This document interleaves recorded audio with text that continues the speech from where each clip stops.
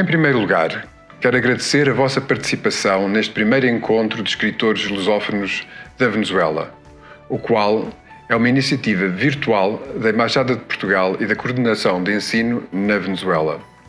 É para nós muito importante ter uma audiência tão numerosa e empenhada, não apenas dos diversos estados da Venezuela, como ainda de tantos outros países. Gostaria de também agradecer o apoio da Caixa Geral de Depósitos, do Instituto Português da Cultura e do Correio da Venezuela. Esta atividade pretende divulgar a obra de autores de diferentes países e contextos culturais que usam como língua de expressão o português. Desde Malaca, na atual Malásia, passando por Macau, África, Brasil e Portugal. Escritores que estão a homenagear a língua portuguesa nas suas produções, tornando-se assim em verdadeiros promotores da lusofonia no mundo. É interessante constatar que a antiga odisseia dos portugueses pelos 5 continentes, iniciada no século XV, criou um primeiro ensaio do mundo globalizado, onde o idioma português teve um papel preponderante como veículo civilizador em todas as geografias. Hoje em dia, estes países e territórios com os quais Portugal mantém uma relação muito próxima, sólida e fraterna, estão unidos por laços inquebrantáveis em variedíssimas áreas, tais como a cultura e a economia. Na Venezuela, país onde existe uma numerosa comunidade portuguesa, o ensino da nossa língua encontra-se em franca expansão, cada vez com mais escolas e estudantes desejosos de aprender português. Este evento pretende divulgar o valor que o nosso idioma tem na atualidade e, sobretudo, a crescente importância que terá no futuro. Espero que possam desfrutar das entrevistas e intervenções destes autores, as quais irão constituir simultaneamente uma homenagem à lusofonia. Antes de terminar, não posso deixar de expressar a nossa gratidão pelo vosso interesse e empenho no estudo e divulgação da língua portuguesa. Muito obrigado, bem-ajam. Bem-vindo a este primeiro encontro de escritores lusófonos na Venezuela. Este encontro está a ser organizado pela Embaixada de Portugal em Caracas, pelo Camões, Instituto de Cooperação e da Língua, pela Coordenação de Ensino Português na Venezuela e conta com o apoio da Caixa Geral de Depósitos, também do Instituto Português de Cultura, do Correio da Venezuela e da Fundação Coração em Malaca.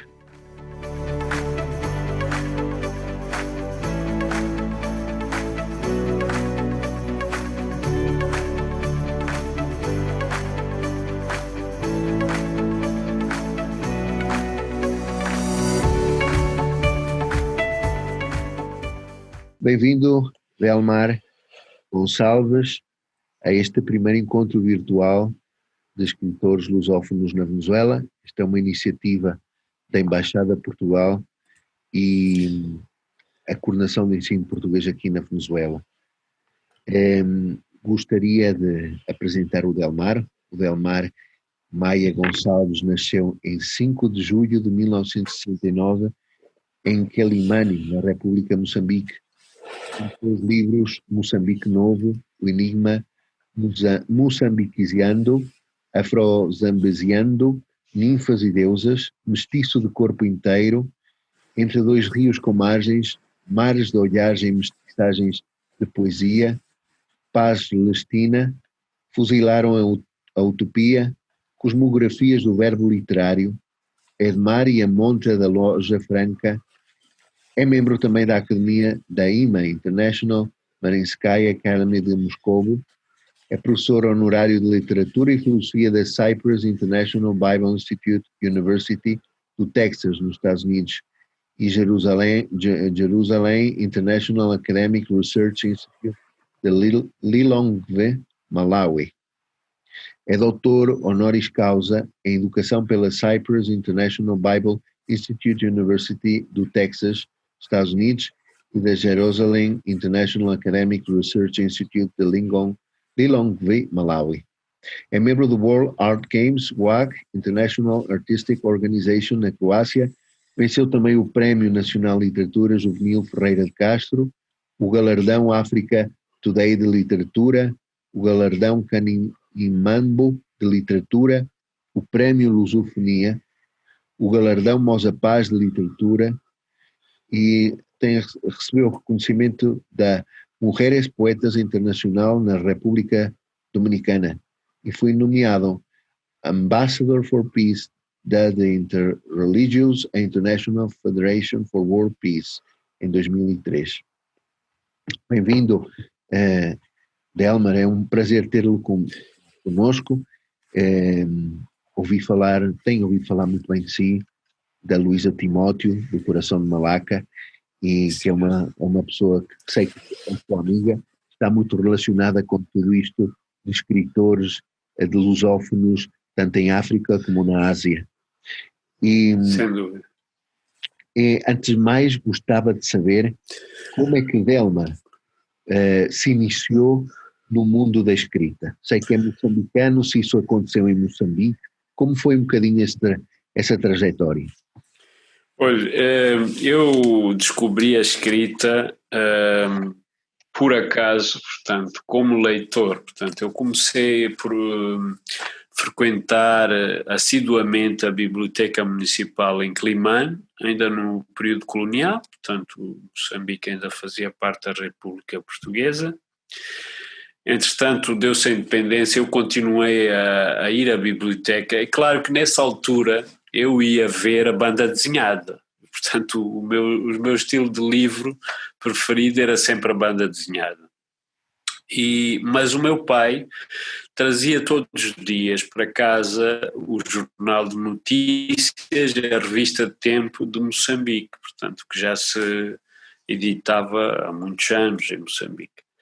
E eu lia, portanto, algumas crónicas e, bom, eu gostava de ler, mas eu tinha mais prazer de ler pelo facto de ver o meu pai a ler, portanto, e quando eu ia à biblioteca era para ler banda desenhada, mas quando estava em casa colava-me o meu pai para ler, portanto, as crónicas e poesia que aparecia dispersa na revista Tempo e no jornal de notícias.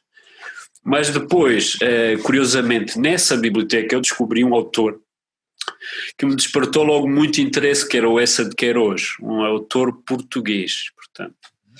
E eu gostava muito do Eça de Queiroz por causa do espírito rebelde que ele tinha, portanto, ele escrevia, além dos romances que ele escrevia, por acaso eu encontrei algumas notas dispersas em, enfim, edições portuguesas de revistas, de jornais antigos que lá estavam na biblioteca, em que ele criticava, tinha um olhar crítico sobre a sociedade portuguesa, sobre a política, sobre as relações sociais, etc, etc. Eu achava piada aquilo porque eu dizia assim, bem, como é que é possível uma pessoa escrever tão bem, de forma tão elegante, mas a criticar o que está mal.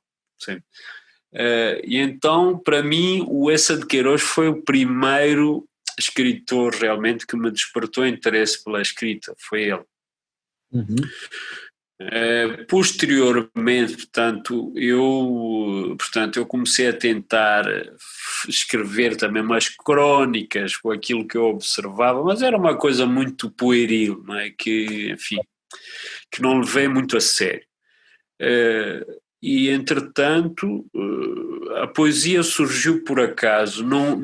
Eu não escrevo só poesia, mas realmente eu comecei por escrever o primeiro livro pessoal, individual, de poesia, portanto, e logo aí, por acaso tive algum sucesso, porque eu já tinha ganho o Prémio Nacional de Literatura Juvenil Ferreira de Castro em poesia e outros prémios que fui ganhando sem grande importância, mas que me motivaram muito pela poesia. Agora, a verdade é que eu continuei sempre a escrever de forma dispersa também, por jornais, por revistas, algumas crónicas, alguns textos também que tinham a ver com essa tal influência inicial pela leitura do Eça de Queiroz, não é? Portanto, eu acho que a poesia só aconteceu por acaso, porque eu até havia poetas que eu achava demasiado entediantes, não é? Por exemplo, eu gostava muito do Camilo Peçanha, gostava muito do Mário Sá Carneiro, mas não eram assim tantos poetas que eu gostasse. Depois eu descobri também a poesia da Noémia de Souza, que é uma poeta moçambicana, que já faleceu, que tive o prazer de conhecer pessoalmente. Descobri também o Rui Nogar, outro poeta moçambicano, e descobri o José Craveirinha, também outro poeta moçambicano. Portanto, esses essencialmente são aqueles que realmente eu tomei como referências da literatura moçambicana. Mas tinha já muito antes tido referências de autores portugueses, nomeadamente o Essa de Queiroz na prosa. É claro que depois também tive curiosidade em ler o Camilo Castelo Branco, o Raul Brandão e enfim, por aí uma série de autores que eu realmente respeito muito e acho que eles foram grandes precursores enfim, da motivação que surgiu depois de alguns autores que vão surgindo e que surgiram entretanto, não é? Porque nessa altura nem sequer se ouvia falar de José Saramago, que depois ganhou o Nobel da Literatura, mas esses autores clássicos portugueses realmente foram fundamentais naquilo que eu posso chamar formação literária, não é? Porque depois há esta veia nacionalista que tem mais a ver com a minha ligação, o humus, não é? A terra, Moçambique, as raízes que eu encontrei. Portanto, a minha escrita na poesia tem muito a ver com isso, tem muito a ver com Já, Moçambique. queria fazer-te uma pergunta. O que é que há na poesia que o atrai tanto? Em alguns dos teus poemas extraordinários que eu pude encontrar na net, o que há na poesia, no género da poesia, que o atrai tanto para se dedicar mais à poesia do que a outros géneros? Sabe que a poesia é a forma mais condensada de escrita que existe, não é? A gente pode dizer em poucas palavras muita coisa, não é? E isso atrai-me, eu acho que é como quando nós dialogamos com alguém, enfim, eu acho que se conversarmos com uma pessoa que fala para dizer uma coisinha de nada, torna-se cansativo, então, e maçador, não é? E acho que na escrita também não podemos andar à volta de um assunto quando podemos ser diretos, ser concisos, sermos muito, enfim, na forma de escrita, condensados, não é? E acho que é isso que me atrai. A poesia tem musicalidade, tem melodia, tem, enfim, ali muita coisa dentro da poesia, não é, que me atrai, mas essencialmente uma das coisas que mais me atrai, sem dúvida, é a linguagem condensada que está lá, não é? A gente resume, enfim, 2, 3 frases aquilo que gostaria de dizer, se calhar de outra forma diria 20 frases, não sei. Acho que há pessoas que precisam disso, talvez, mas eu gosto mais de, enfim, resumir, de condensar, né? Claro, E pronto, isso que a atrai. poesia permite isso. Sim, sim, sim. A poesia permite isso. Calma, é moçambicano. De que maneira Moçambique, a sua cultura, imagem, histórias, paisagens, continuam a influenciar a sua obra como poeta? Olha, é como já disse, quer dizer, eu acho que nós somos a expressão do lugar onde nascemos, somos a expressão do lugar onde respiramos pela primeira vez. Somos tudo aquilo que a nossa pátria, o nosso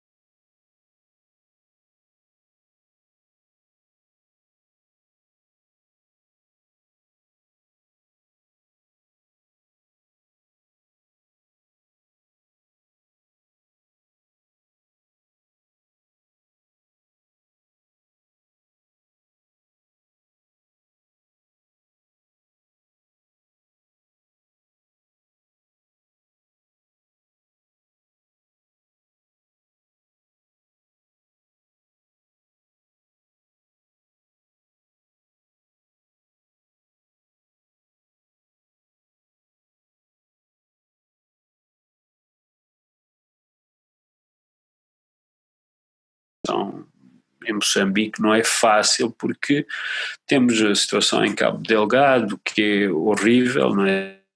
De terroristas, muitos deles estrangeiros, que se introduziram no país e estão a ganhar adeptos juntos das camadas mais pobres da sociedade de Cabo Delgado. Temos raptos nas grandes cidades do país, temos corrupção a muitos níveis, temos, enfim, assassinatos políticos que já não aconteciam com este nível de crescimento que nos últimos anos atingiu, não é? Portanto, e isso é triste, é muito triste. Portanto, eu acho que só falta.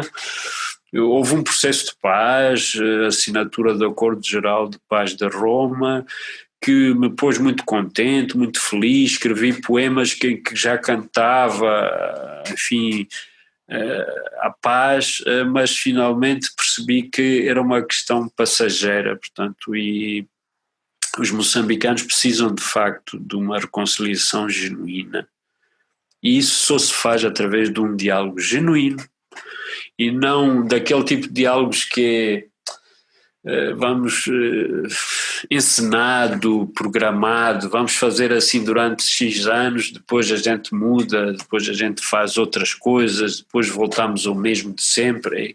Assim o país não avança, não avança. Então eu acho que só o diálogo genuíno e a fraternidade entre os moçambicanos, tal como há entre os portugueses, eu acho que independentemente dos problemas que há em Portugal, eu noto que entre os portugueses existe uma certa fraternidade, não é? E é possível ver pessoas que são enfim, de fações políticas completamente distintas, a insultarem-se no Parlamento, mas depois irem jantar juntos. Quer dizer, é isso que eu acho, porque o interesse é a defesa das ideias, é o melhor que podemos fazer pelos nossos países, e não propriamente o meu é melhor, o do outro não pode ser, então vamos acabar com ele. Não, eu acho que podem-se discutir as ideias, e depois o povo escolhe aquilo que acha que é melhor. Depois tem um número de anos para cumprir o mandato.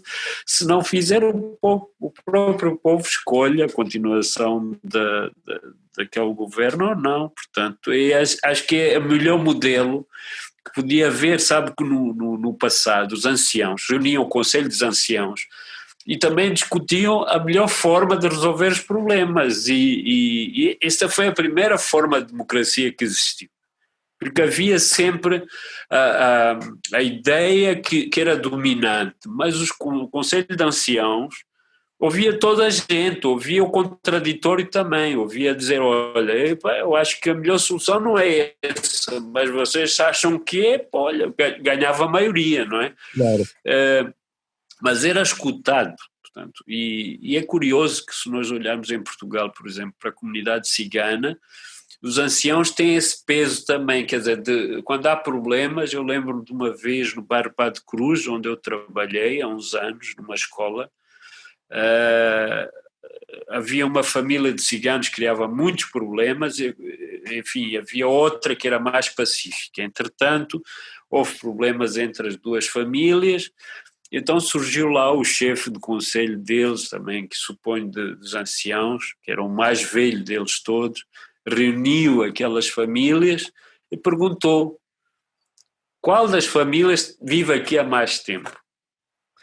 E então apontaram para a família que não criava problemas há muitos anos. Foram estes. E eu assisti a isto. Então, se é assim, este senhor que está a criar problemas é que vai sair deste bairro, porque a Câmara ofereceu outra solução, que é, uma vez que não se entenda, havia tiros, havia isto, havia aquilo, vai sair aquele que esteve aqui há menos tempo. Portanto, fica aqui a pessoa que está há mais tempo. Isso foi a solução encontrada, depois de discutirem, falarem sobre vários aspectos, os prós e os contras, né? Mas esse foi fundamental, porque mas eu achei muito curioso isso, porque é uma forma democrática também de solucionar as questões, não é? Mas é sempre através do diálogo. Uhum. Delmar, eu vi numa entrevista sua, que se considera um poeta ou um escritor de intervenção. De que maneira, na sua opinião, a literatura pode tentar mudar a realidade que nos rodeia? Acredita nisso? E se acredita, de que maneira isso é possível? Olha, eu acredito que os poetas devem praticar o seu poema, por isso é que eu costumo dividir as pessoas, os poetas, em poetas e polhetas, porque há pessoas que quando escrevem coisas muito bonitas, mensagens muito bonitas. Falam do medo, mas eles próprios praticam o medo, porque eles próprios provocam o medo. E quando se provoca o medo, também se tem medo. Uma pessoa que pratica o mal, depois escolhe o mal, não é? Então, acho que as pessoas, se praticarem aquilo que dizem na prática, um poeta que escreve coisas bonitas e fizer aquelas coisas bonitas, está a praticar o poema. Portanto, acho que tem que haver coerência entre o poeta e a pessoa que o escreve. Não pode haver diferença. E eu acredito nisso piamente, que o poeta é a pessoa que escreve e a pessoa que escreve é o poeta. Portanto, não pode haver confusão entre um e outro.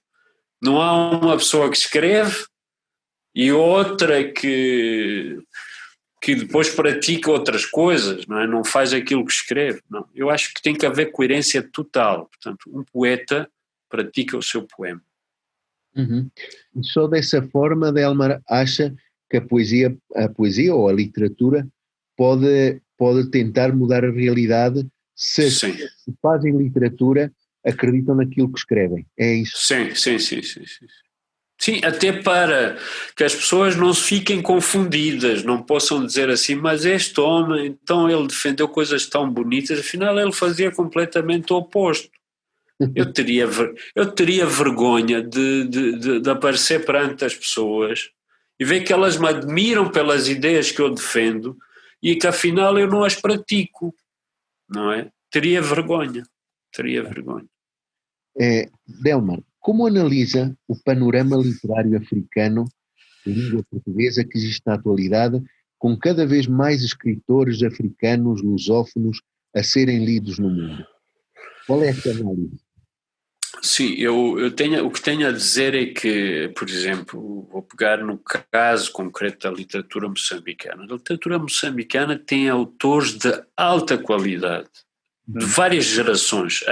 As gerações mais velhas, portanto, que já vêm do período anterior à independência e continuaram a escrever depois da independência e afirmaram-se no panorama literário moçambicano. Mas, infelizmente, no exterior são conhecidos 3 ou 4 autores moçambicanos. Portanto, quer dizer que alguma coisa está a falhar. Mas o que eu acho é que alguns dos autores que se afirmaram no panorama literário internacional não querem também que outros autores se afirmem no exterior. Portanto, eles preferem ser eles exclusivamente os representantes de Moçambique, por exemplo. Os representantes da Guiné-Bissau, os representantes de São Tomé e Príncipe, os representantes de Angola, não querem mais autores, quanto menos melhor, porque eles assim têm um exclusivo.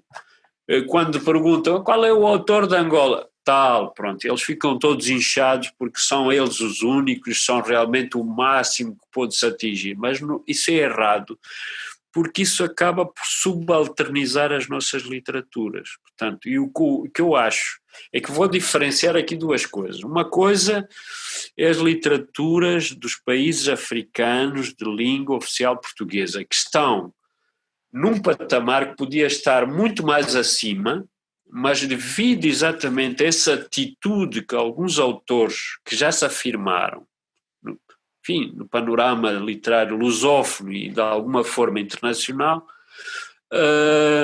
que impedem que outros surjam, porque já existem, só que não têm a oportunidade de sair cá para fora. Por exemplo, se haver um festival literário em Portugal e andarem à procura de autores de Moçambique, Eu sou defensor de que deve haver um dos autores diferentes todos os anos, não pode ser sempre o mesmo, não pode. Que é uma forma de permitir que essas literaturas sejam conhecidas e reconhecidas. Porque se for sempre o mesmo autor, as pessoas ficam com essa ideia, que já é uma ideia um pouco preconceituosa, de que são literaturas menores. Portanto, é um atestado de menoridade que faz com que essas literaturas sejam olhadas como menores, que não têm evolução, mantêm-se há 20 anos com 2, 3 autores. Isso não é a verdade. A verdade é que há muitos autores de qualidade que já têm uma obra, enfim, considerável, mas que aqui ninguém conhece. Mas depois vou falar das literaturas africanas. Literaturas africanas já se afirmaram no panorama internacional, universal.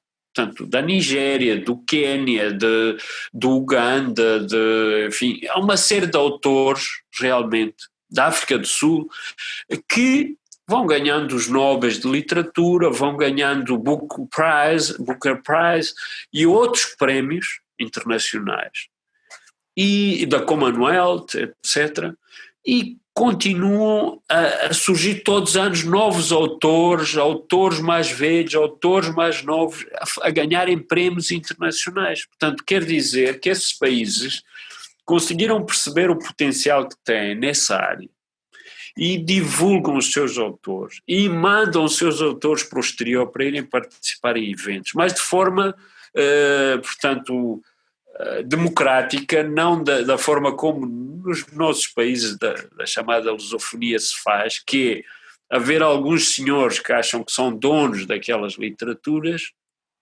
e com a ajuda de alguns académicos, enfim, lusófonos, muitos deles do nosso país também, que ajudam na festa, porque eles também não fazem absolutamente nada, falam em conversa de café, concordam com aquilo que eu estou a dizer, mas na prática não fazem nada disso, porque eles apoiam esses autores, que 2 ou 3 de cada país, que vão todos os anos a tudo e mais alguma coisa, e que não permitem que outros possam fazer enfim, esse trabalho também de mostrar o potencial que existe nos nossos países e a riqueza, a diversidade que existe e a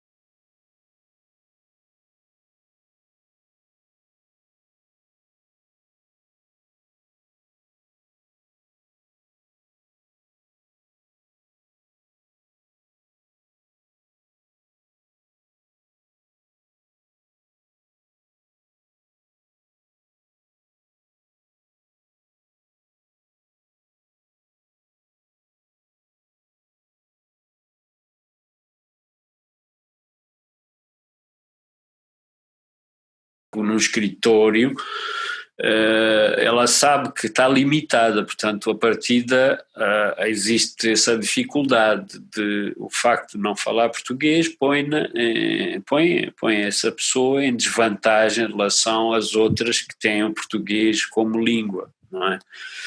Um professor tem que dominar a língua portuguesa e a outra língua, não poderá nunca só falar a língua autóctone, digamos. E isso aí podemos considerar que tem a ver com o facto de a opção pela língua oficial portuguesa fez com que as escolas começassem por ensinar, portanto, o ensino em língua portuguesa.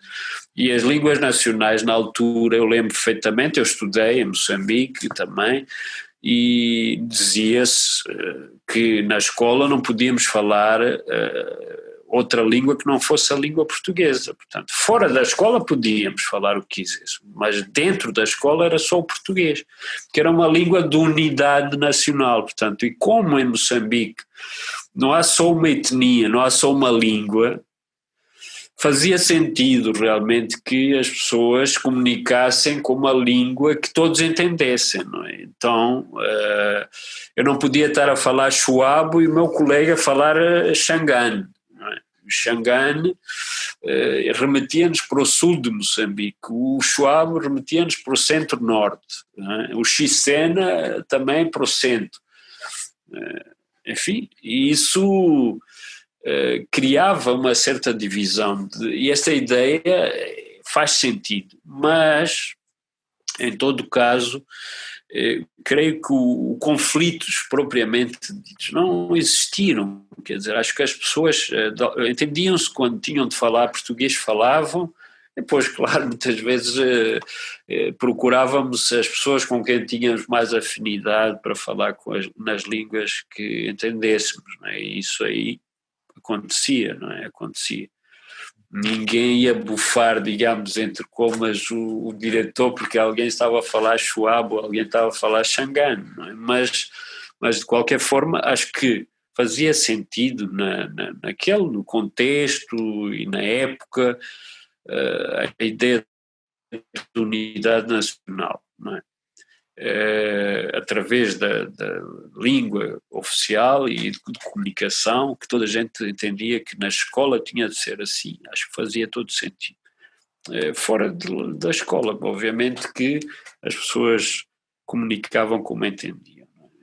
Mas isso era importante ao mesmo tempo, acho que aquele período de tempo que estávamos na escola fazia com que as pessoas também se comunicassem mais em português e procurassem entender-se mais em português e entender tudo o que era transmitido em termos de conhecimentos científicos e outros, não é? Em português. Portanto, isso é bom, por um lado, mas podemos dizer também que, infelizmente, não é, para uma franja da população que ainda não domina o português, não é uma vantagem para eles, portanto, falar, porque também isso significa menos qualificações, quer dizer que as pessoas, se não frequentam a escola, não aprenderam português. Isso é logo um claro sinal de que não frequentaram a escola, porque se a escola é feita através da língua portuguesa, portanto, o ensino é feito através da língua portuguesa, significa que as pessoas que não falam minimamente o português não frequentaram a escola. Portanto, isso, infelizmente, acontece em Angola, em Moçambique, na Guiné, muita gente ainda que não frequenta a escola. Isso é um problema que acho que os nossos países têm que resolver. Acho que a escolarização das populações, as crianças sobretudo, tem que ser feita em nome do futuro, não é? Porque, e sobretudo se num país que considera a língua portuguesa língua de ciência e de comunicação, então há que apostar na escolarização dessas crianças no português. Se não for no português, que seja bilingue, mas com português e outra língua nacional, digamos assim, não é? Delmar, há pouco tempo entrevistamos a um escritor macaense Miguel de Sena Fernandes, filho do Henrique de Sena Fernandes, um autor de referência da literatura em português em Macau. E ele comentou-me que em Macau existe um movimento não, que escreve no papeamento de Macau. A minha pergunta para ti é a seguinte: existe também em Moçambique literaturas nessas línguas nativas? Olha, eu acho piada isso, porque houve aí um ano que lembro-me, tive numa apresentação do Mia Couto, e houve um moçambicano que perguntou assim: Mia, quando é que vai lançar um livro em Xicena? Porque o Mia nasceu na cidade da Beira. O Mia ficou um pouco embaraçado porque, obviamente, os livros em Xicena não fazem parte dos planos da Caminho, que é uma editora portuguesa, né? Da editorial Caminho, que agora é a Leia. Mas isso tem a ver mais com os nossos países. Eu acho que em Moçambique, se quiserem que haja um registro dessas línguas, acho que é começar a fazer isso já, porque é possível. Sai um pouco mais caro, obviamente, livros bilíngues, quer dizer, em que os autores peçam a uma pessoa que domina o xicena, mas que domine também o português, a traduzir, digamos, os textos do português para essas línguas, mas economicamente, financeiramente não será algo fácil de concretizar, porque acho que agora não podemos ficar só pelos livros. É possível, por exemplo, que alguém que, uma vez que é caro, sai caro, fazer livros bilíngues, vários livros bilíngues de vários autores, talvez começarem a apostar em traduzir à parte esses livros e fazerem oralmente CDs, DVDs, a contarem as histórias que estão naqueles livros, mas nas línguas outras línguas nacionais, né? Para que essas populações também ouçam e digam, pá, é giro, afinal as histórias do Ungulane, da Paulina, do Pepe Tela, do Mia Couto, do Delmar, etc, etc, etc, do Adelino Timóteo, que são interessantes e que são engraçados, que até nos remetem para épocas que nós vivemos. Quer dizer, acho que é possível usarem várias ferramentas ao mesmo tempo, não ser só o livro, mas também o CD, o DVD, áudio. Portanto, é que as pessoas possam escutar essas histórias, porque há uma tradição oral também, não é? Portanto, não é só o livro. A tradição oral é importante em África, então acho que gravar em CDs, DVDs, com contadores de histórias, a lerem essas histórias dos livros, traduzidas para as línguas nacionais, acho que era uma ideia a concretizar. Uhum. Delmar, o que é que, na sua opinião, o que é que faz falta nas sociedades modernas para cada vez mais os jovens se interessem pela leitura? E eu acho que as novas tecnologias tornaram as pessoas muito alheias ao que se passa em termos literários, em termos culturais. Eu acho que a solução seria envolver essas empresas que trabalham com as novas tecnologias nos projetos culturais na área literária. Portanto, e acho que isso pode ser feito, portanto, através de enfim, CDs, de programas que apareçam online, mas da área da literatura, que ofereçam às escolas esse tipo de programas, que envolvam mais os autores no processo de ensino-aprendizagem nas escolas, que haja uma interação permanente entre agentes culturais e o ensino, porque é por aí que nós podemos contactar mais facilmente a população jovem, não é?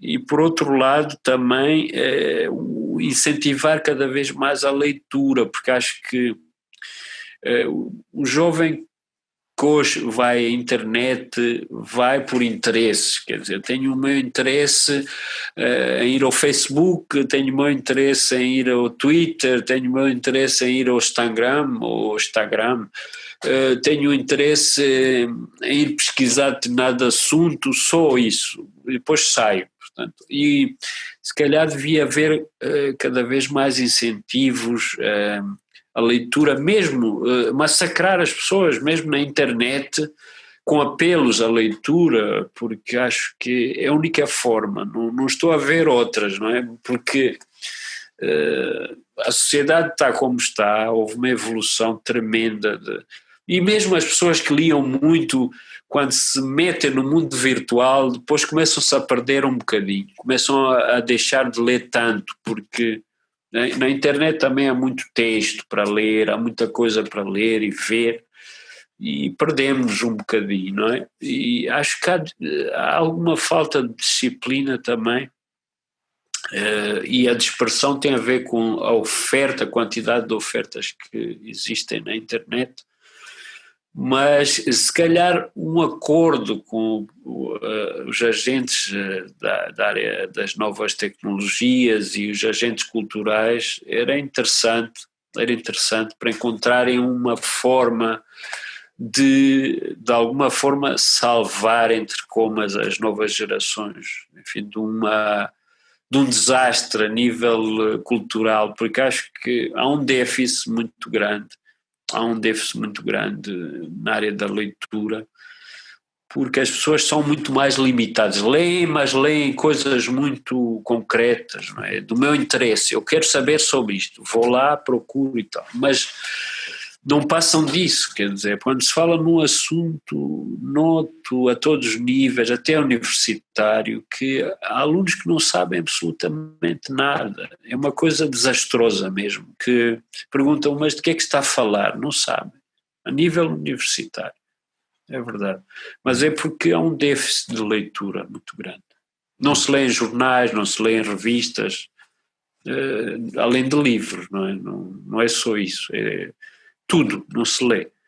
E na internet limitam-se a ler aquilo que lhes interessa, não é? Sobre um assunto determinado que surgiu, porque se fala muito, então vamos lá ver o que é isto. Não. Claro. Delmar, no entanto, sempre há pessoas e jovens que se interessam pela leitura e pela escrita.